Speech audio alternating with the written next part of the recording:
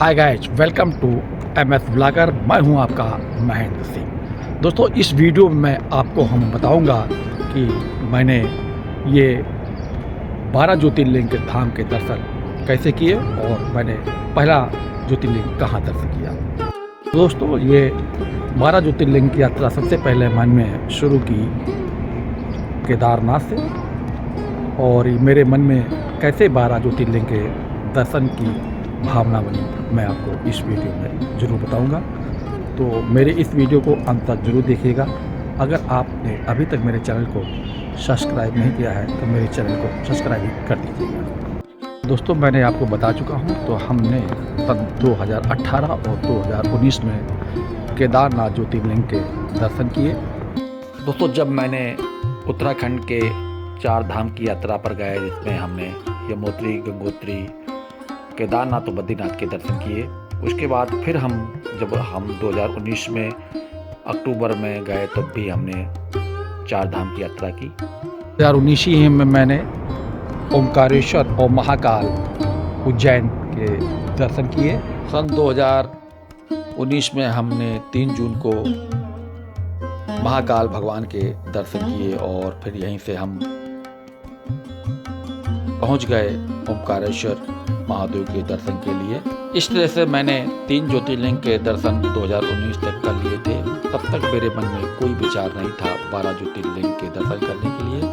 तो बहुत अच्छे से हमने महाकाल और ओमकारेश्वर भगवान के दर्शन किए थे। उसके बाद 2021 में हम गए काशी विश्वनाथ भगवान के दर्शन किए और फिर वहाँ से हम बैजनाथ भगवान के दर्शन किए। तो काशी विश्वनाथ के दर्शन के बाद हम पहुंच गए देवघर के बाबा बैजनाथ के धाम के दर्शन के लिए। तो हमने अंदर बाबा बैजनाथ के धाम के दर्शन किए। यहाँ हमने दर्शन करने में मुझे 2 से ढाई घंटा लगा, क्योंकि उस समय बहुत ही भयंकर भीड़ थी। तो मैं आपको यहाँ से बाबा बैजनाथ के दर्शन करा रहा हूँ। यहाँ बहुत सारे 20-21 बाहर मंदिर हैं, तो उनके भी आप दर्शन कर सकते हैं।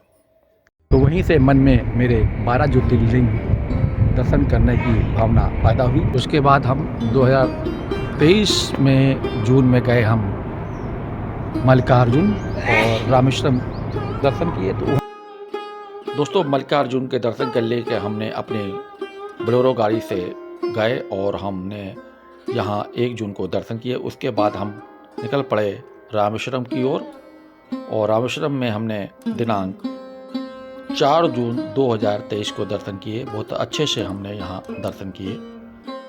वहाँ से हमारे हो गए 7 ज्योतिर्लिंग के दर्शन। तो और हम दिसंबर 2023 में गए सोमनाथ मंदिर दर्शन किए और वहीं से हमने नागेश्वर धाम के दर्शन किए। तो अगर आप ये वीडियो देखना चाहते हैं तो हमारे गुजरात टूर सीरीज में जाकर देख सकते हैं। तो दोस्तों, 25 दिसंबर 2023 को हम पहुंच गए नागेश्वर ज्योतिर्लिंग के दर्शन के लिए, और हमने अच्छे से भगवान नागेश्वर के दर्शन किए। और उसके बाद 26 तारीख को हम पहुंच गए सोमनाथ, जहां हमने सोमनाथ ज्योतिर्लिंग के बहुत अच्छे से दर्शन हुए। तो दोस्तों, अगर आप सोमनाथ जाने की यात्रा का में विचार बना रहे हैं तो मेरे गुजरात टूर में जाकर आप ये सीरीज देख सकते हैं। और रामेश्वरम अगर की वीडियो देखना चाहते हैं तो मेरे साउथ इंडिया टूर सीरीज में देख सकते हैं। जैसे हमारे हो गए 9 ज्योतिर्लिंग के हमने दर्शन कर चुके 2023 दिसंबर तक, और मेरे मन में अब ये था कि हम जल्दी से जल्दी हम 3 ज्योतिर्लिंग के दर्शन करें। तो हम इस समय जनवरी में आए नासिक, और यहीं से हमने त्र्यंबकेश्वर महादेव के दर्शन किए, भीमाशंकर महादेव के दर्शन किए और ऋषिकेश्वर महादेव के दर्शन किए। तो इस तरह से हमारे 12 ज्योतिर्लिंग पूरे हो गए। और एक संशय था कि जो परली बैजनाथ धाम है वहाँ भी दर्शन करना चाहिए, और साथ में औधा नागराज के भी दर्शन करना चाहिए। तो हम परली बैजनाथ के भी दर्शन किए और औधा नागराज के भी दर्शन किए, क्योंकि ये संशय था कि परली बैजनाथ यही 12 ज्योतिर्लिंगों में से एक है।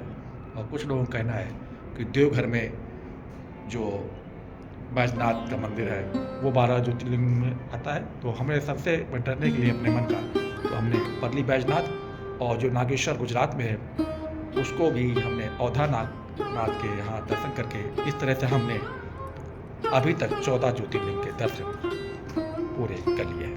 इस तरह से मैंने ये पूरे 12 ज्योतिर्लिंग के दर्शन किए और 2 ज्योतिर्लिंग परली बैजनाथ और औधा नागनाथ के भी दर्शन किए। तो दोस्तों ये वीडियो आपको मेरा कैसा लगा कमेंट्स बॉक्स में ज़रूर बताइएगा। तो मैंने आपको इस वीडियो में बताया है कि मैंने अपने 12 ज्योतिर्लिंग कब और कैसे पूर्ण किए। तो ये वीडियो हम यही समाप्त करते हैं। मिलते हैं अपने अगले वीडियो में। हर हर महादेव।